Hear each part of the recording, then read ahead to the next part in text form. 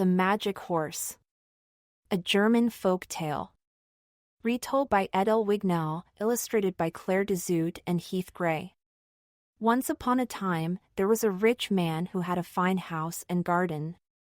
Behind his house and garden, he had a field of corn. One day, he noticed that some of his corn was missing. "A robber must have come during the night to steal my corn," he said to himself. "I'll have to catch him."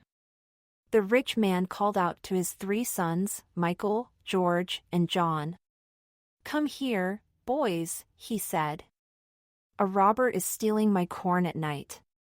Keep watch, and I'll reward the one who catches him." "I'll keep watch tonight," said Michael. Michael brought some food and drink for a midnight snack. Then, he lay down under a tree in his warm coat and soon fell asleep. In the morning, he awoke with a start. He looked around and saw that more corn was gone. "Oh, no," he said. "I'll keep watch tonight," his brother George said on the second night. George brought a thick stick, a piece of rope, and a blanket to the cornfield. He lay down under the blanket and soon fell asleep. In the morning, he also awoke with a start and looked around. "Oh, no," he said, "the robber stole more corn." "I'll keep watch tonight," said John, the third brother, on the third night. John brought a rope and put a ring of thorns around his head. Every time he nodded off to sleep, the thorns pricked his nose and woke him. At midnight, John heard a clippity-clop, clippity-clop, clippity-clop sound in the distance.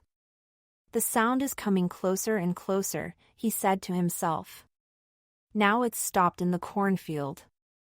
John threw the ring of thorns away and crept forward, holding the rope. At last, he saw the robber. "It's a beautiful silvery horse," he whispered to himself in surprise. The horse stood still and allowed John to put a rope around its neck and take it to the stable. Then, John went into the house and slept. In the morning, Michael and George woke John up.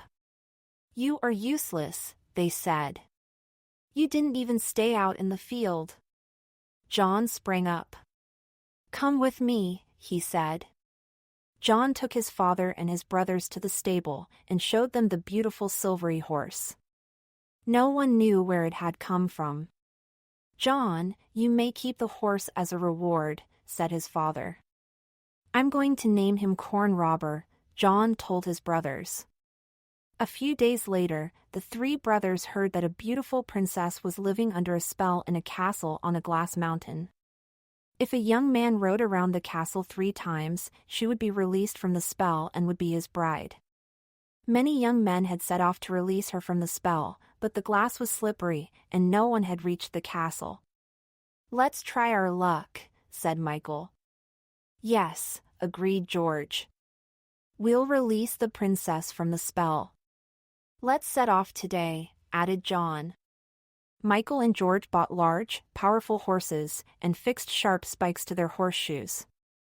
John saddled his beautiful silvery corn robber, and they set off for the glass mountain. Michael tried first. He urged his horse on. "Gee up," he said. "Up the mountain we go."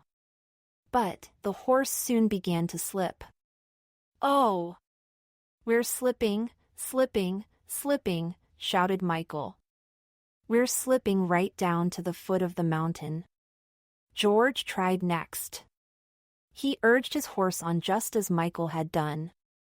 "Gee up," he said. "Up the mountain we go." But soon George's horse slipped and slid, too. "Oh!" he shouted. "We're slipping, slipping, slipping. We're slipping right down to the foot of the mountain." Then, it was John's turn to try. He urged Corn Robber on.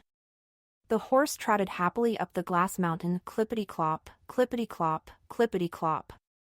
"I can see that you've been this way many times before," John said to Corn Robber. Soon, they reached the castle. "Gee up, Corn Robber," John said. Go 3 times around the castle. Corn Robber trotted around the castle 3 times and then stopped at the gate. It opened, and there stood a beautiful princess. John got off Corn Robber. "My princess," he said, bending his knee. "My prince," said the princess, hugging him. "Welcome. You have broken the spell." Then, the princess turned to the horse. She was annoyed. "I had only 1 free hour each night to visit the land below," she said. "When you ran away, I couldn't go out at all.